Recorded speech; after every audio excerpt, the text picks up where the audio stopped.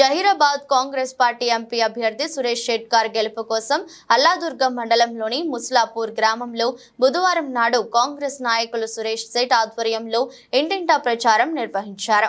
రాష్ట్ర ముఖ్యమంత్రి రేవంత్ రెడ్డి ఆధ్వర్యంలో రాష్ట్ర అభివృద్ధి జరుగుతుందని, ఇందులో భాగంగానే ఎన్నికల్లో రైతులకు ఇచ్చిన హామీని ఆగస్టు 15వ తేదీలోగా 2 లక్షల రుణమాఫీ చేస్తానని సీఎం హామీ ఇచ్చినట్లు తెలిపారు.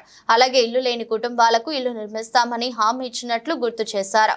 ఇప్పటికే ఇచ్చిన హామీల్లో 5 గ్యారంటీలను అమలు చేయడం జరిగిందని వారు ప్రజలకు వివరిస్తూ కాంగ్రెస్ చేస్తున్న అభివృద్ధిని ప్రజలకు ప్రచారం చేస్తూ జహీరాబాద్ కాంగ్రెస్ పార్టీ అభ్యర్థి సురేష్ షెట్కార్ ను ఎంపీగా భారీ మెజారిటీతో గెలిపించినట్లయితే ఈ ప్రాంతం అన్ని విధాలుగా అభివృద్ధి చెందుతుందని, అందువల్ల ఓటర్లు సురేష్ షెట్కార్ ను ఆశీర్వదించి జహీరాబాద్ నుండి ఎంపీగా గెలిపించేందుకు చేతి గుర్తుకే ఓటు వేయాలని వారు గడప గడపకు ప్రచారం చేశారు.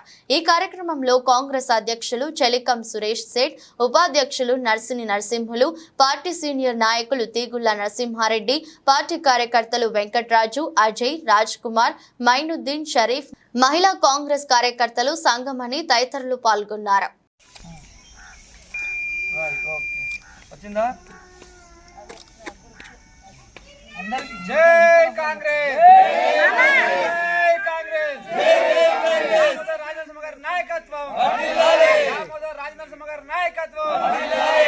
నాయకత్వం గుర్తుకే